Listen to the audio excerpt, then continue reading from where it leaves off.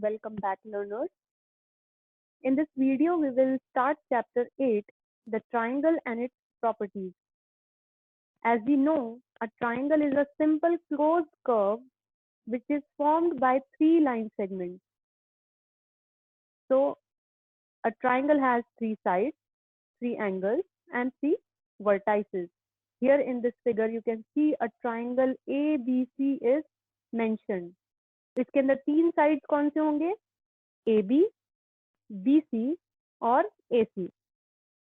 तीन एंगल्स बनेंगे, angle A, angle B and angle C. जिस वर्टेक्स के ऊपर बनेंगे वो तीन वर्टाइसेस हो जाएगी. A, B and C are the three vertices. हम ट्राइंगल्स को क्लासिफाई कर सकते हैं, मतलब अलग अलग तरीके के ट्राइंगल्स बता सकते हैं. दो तरीके से. अगर हम उनके साइड्स के बेसिस पे उनको क्लासिफाई करें तो तीन ट्राइंगल्स बनेंगे अलग अलग, और एक होगा उनके एंगल्स के बेसिस पे. तो अकॉर्डिंग टू द साइड, अगर किसी ट्राइंगल के तीनों साइड डिफरेंट लेंथ के हों, इक्वल ना हो, एक भी इक्वल ना हो, तो उसे हम स्केलन ट्राइंगल बोलेंगे. अगर किसी ट्राइंगल के दो साइड्स अगर इक्वल हैं तो उन्हें हम आइसोसेलेस ट्राइंगल बोलेंगे.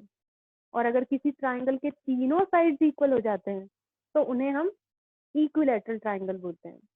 Now something to take care of isosceles triangle, इसमें हम नोट करें कि आइसोसेलेस ट्राइंगल के जो भी दो साइड्स इक्वल होते हैं उनके अपोजिट बनने वाले एंगल्स भी इक्वल होंगे. यहाँ आप देखेंगे side AB is equal to side AC. यहाँ पर मैंने मेंशन किया है दोनों साइड इक्वल है, ये छोटी सी लाइन से. तो AB के अपोजिट कौन सा एंगल बन रहा है? थर्ड वर्टेक्स पे एंगल C.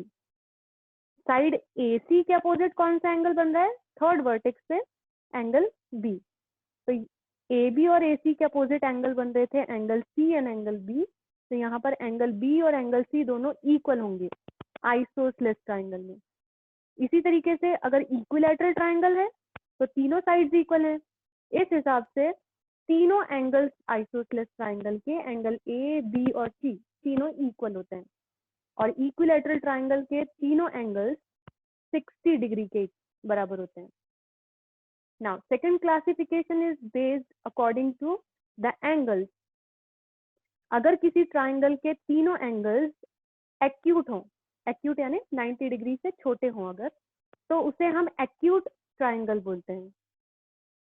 किसी ट्राइंगल में अगर एक ऑब्ट्यूज एंगल हो, obtuse angle lies between 90 degree and 180 degree, तो उसे हम ऑब्ट्यूज ट्राइंगल बोलते हैं. यहाँ पर आप गलत लिखा हुआ है, यहाँ पे ट्राइंगल आएगा, so that will be an obtuse triangle. किसी भी ट्राइंगल में एक से ज्यादा ऑब्ट्यूज एंगल नहीं हो सकता है. आप चाहें तो ड्रॉ करके देख सकते हैं. द थर्ड वन इज, अगर किसी ट्राइंगल में एक एंगल 90 डिग्री का हो जाए, राइट एंगल हो, तो वो ट्राइंगल को हम राइट एंगल ट्राइंगल बोलेंगे. Now coming up to median of a triangle. Median of a triangle जो होता है, it is a line segment which joins a vertex to the midpoint of the side opposite to that vertex. आप इस triangle में देखिए, triangle ABC में अगर हम A से एक मीडियन ड्रॉ करें तो A से मीडियन कहाँ ड्रॉ करेगा? कहाँ होगा? बाकी के दो वर्टेक्स को ज्वाइन करने वाली लाइन सेगमेंट पे, BC पे. अब ये मीडियन जो होता है वो BC के बिल्कुल मिड पॉइंट पे लाया करेगा. तो D will be the midpoint of BC and AD will be called as the median. इस लाइन सेगमेंट को मीडियन बोलेंगे, AD को, और D मिड पॉइंट होगा BC का. अब मिड पॉइंट है मतलब वो BC को दो इक्वल पार्ट में डिवाइड कर रहा है. Therefore BD will be equal to DC. Coming up to altitude. Altitude को हम परपेंडिकुलर भी बोलते हैं, हाइट भी बोलते हैं. So altitude of a triangle, it is the perpendicular drawn from a vertex to the opposite side. किसी भी वर्टेक्स से अपोजिट साइड पर अगर हम ड्रॉ कर रहे हैं तो वो 90 डिग्री पर आएगा. This is the difference between altitude and median, median में जो वर्टेक्स से हम लाइन ड्रॉ करते हैं वो अपोजिट साइड को इक्वल पार्ट में डिवाइड करता है या उसके मिड पॉइंट पे लाई करता है, वेरेज एल्टीट्यूड जो होता है वो 90 डिग्री पे आता है। जरूरी नहीं है कि वो जिस साइड पे आ रहा है वो साइड को इक्वल पार्ट में डिवाइड करे। तो यहाँ ट्राइंगल ए बी सी में ए से हमने परपेंडिकुलर ड्रॉ किया AD, परपेंडिकुलर है मतलब BC के ऊपर 90 डिग्री बना रहा है। सिमिलरली यहाँ पर आप देखेंगे ट्राइंगल ABC में A से हमने परपेंडिकुलर ड्रॉ किया है तो वो BC को प्रोड्यूस करके BC पे परपेंडिकुलर आ रहा है। परपेंडिकुलर या एल्टीट्यूड ट्राइंगल के अंदर हो जरूरी नहीं है, ट्राइंगल के बाहर भी हो सकता है। परपेंडिकुलर कैसे लिखेंगे हम? Here you can see AD is perpendicular to BC। Perpendicular का साइन कैपिटल T को अगर हम उल्टा बनाएं तो वो परपेंडिकुलर का साइन होता है। It is also known as the height of the triangle. Now we come up to a main property of a triangle that is called as angle sum property of a triangle. Angle sum property of a triangle मतलब ये होता है कि किसी triangle के अगर हम सारे एंगल्स को सम करें मतलब ऐड करें, so the sum of angles of a triangle is always 180 degree. यहाँ पे 3 एंगल्स दिख रहे हैं, angle A plus angle B plus angle C will be equal to 180 degree. देखते हैं कैसे प्रूव करें। तो we will be constructing इस ट्राइंगल ABC में वर्टेक्स A से हम लाइन ड्रॉ कर रहे हैं BC के पैरेलल, सीधे BC के पैरेलल पॉइंट A से हमने एक लाइन ड्रॉ की XY। line XY is parallel to BC, so angle 4 and angle 1 will be alternate interior angles. AB will be acting as a transversal. फिर से देखें, XY और BC पैरेलल लाइंस हैं और अगर AC पर ट्रांसवर्सल हो जाए तो angle 5 and angle 2 will be equal. They two are alternate interior angles. So I have marked this as equation number 1.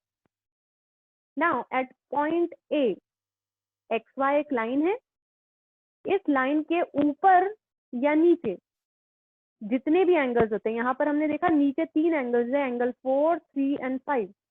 तो किसी लाइन पर एक स्ट्रेट एंगल फॉर्म होता है, उसके अंदर सारे एंगल्स का सम 180 डिग्री होता है। So I can write angle 4 plus angle 3 plus angle 5 is equal to 180 degree. It is forming a straight angle. But angle 4, it is equal to angle 1. Angle 5, it is equal to angle 2. So from equation number 1, I am substituting the value of angle 4 as 1 and angle 5 as angle 2. Rearrange कर दें इसको, 2 को आगे कर दें, so angle 1 plus angle 2 plus angle 3 will be equal to 180 degree. हमें यही prove करना था कि किसी ट्राइंगल के तीनों एंगल्स का सम 180 डिग्री होता है। Now coming up to a special case, अगर हम किसी राइट एंगल ट्राइंगल की बात करें, we are taking angle ABC right angle at B पे 90 डिग्री बना रहा है, मतलब उसका मेजरमेंट 90 डिग्री है।